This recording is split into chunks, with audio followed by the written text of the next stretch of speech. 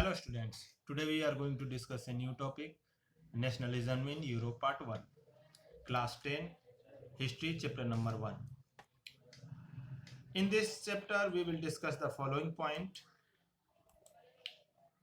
the French Revolution and the idea of the nation, the making of nationalism in Europe, the age of revolutions 1830s to 1848, the making of Germany and Italy, visualizing the nation, and nationalism and imperialism. The picture you are seeing was prepared by Frederic Chourio in 1848. A French artist prepared a series of four paintings visualizing his dream of a world made up of democratic and social republic, as he called them. Artists of the time of the French Revolution personified liberty as a female figure. Then, according to Chourio utopian vision, the peoples of the world are grouped as distinct nations identified through their flags and national costume. Emergence of nationalism in Europe. During the 19th century, nationalism emerged as a force which brought about sweeping change in the political and mental world of Europe. The end result of these changes was the emergence of the nation states in the place of multinational dynastic empires of Europe. A modern state in which a centralized power exercised sovereign control over a clearly defined territory had been developing over a long period of time in Europe. But a nation state was one in which the majority of its citizens are not only its rulers, come to develop a sense of common identity and shared history of descent.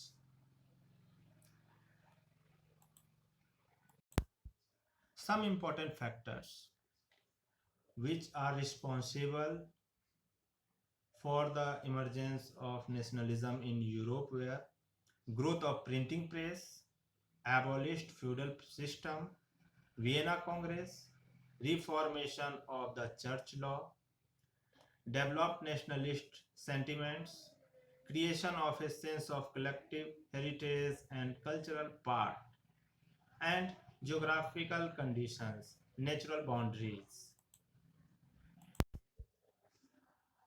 The first clear expression of nationalism come with the French Revolution in 1789.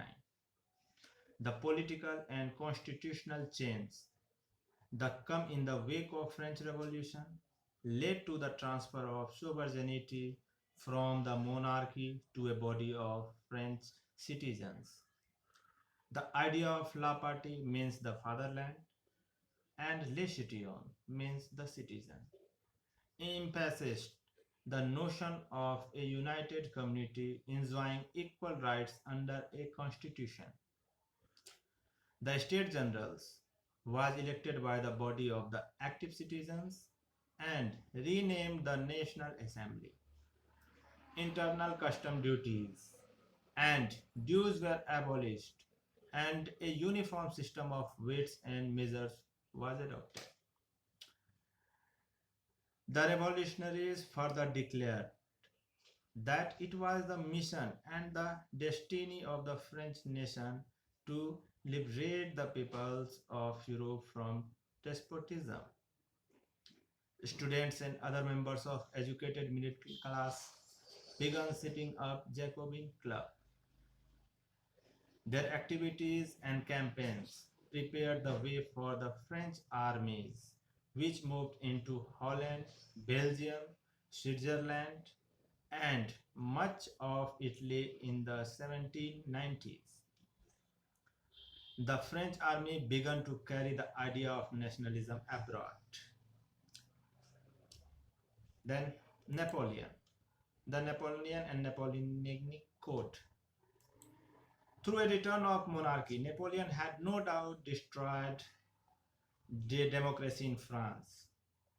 But in the administrative field, he had incorporated revolutionary principles in order to make the whole system more rational and efficient. The Civil Code of 1804, usually known as the Napoleonic Code, did away with all privilege based on birth, established the feudal system, and freed peasants from serfdom and manorial duties. Transportation and communication system were improved. Businessmen and small scale producers of goods, in particular, began to realize that uniform laws, standardized weight and measures, and a common national currency would facilitate the movement and exchange of goods and capital from the region to another. In many places, such as Holland and Switzerland, Brussels, Mainz, Milan, Warsaw, the French army were welcomed as a harbinger of liberty.